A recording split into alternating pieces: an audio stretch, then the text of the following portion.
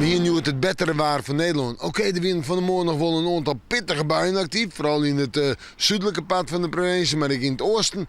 Maar er staan gewoon woenders in het terrein. En hier bij Balzert van de midden liep het gewoon simmer. De zinnen erbij, een koeltje voor alle wettersporters. Een prachtige dag, zo'n je zeggen. Ja, en het wordt staan gewoon ik wat beter. Allereerst even een joen en vannacht.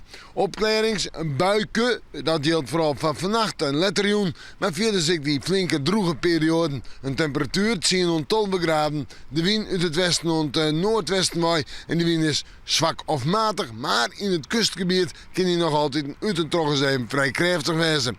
Morgen hoe dag. Dat wordt een dag met zinnen, een dag met bewolking, een buiken. Maar het kust- en waardgebied houdt het denk ik heel dol droeg.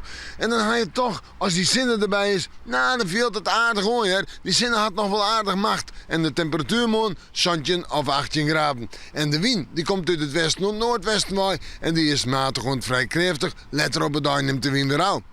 We zoeken vooruit. Manje, een dag met een temperatuur om bij de 18 of 19 graden in. Wel wat zinnen, maar ik een buiken, een protte bewolking. Hè. En dan terug naar de tiege, een paar buien, temperatuur zo'n 20 graden en dan hebben we een warme dag. En een warme dag ik op waasje, maar zo'n 21 graden en dan blijft het droeg. Ik ga in de komende 14 dagen op vakantie. John, die zucht Manje even in het waar, een hoffelijk weekend.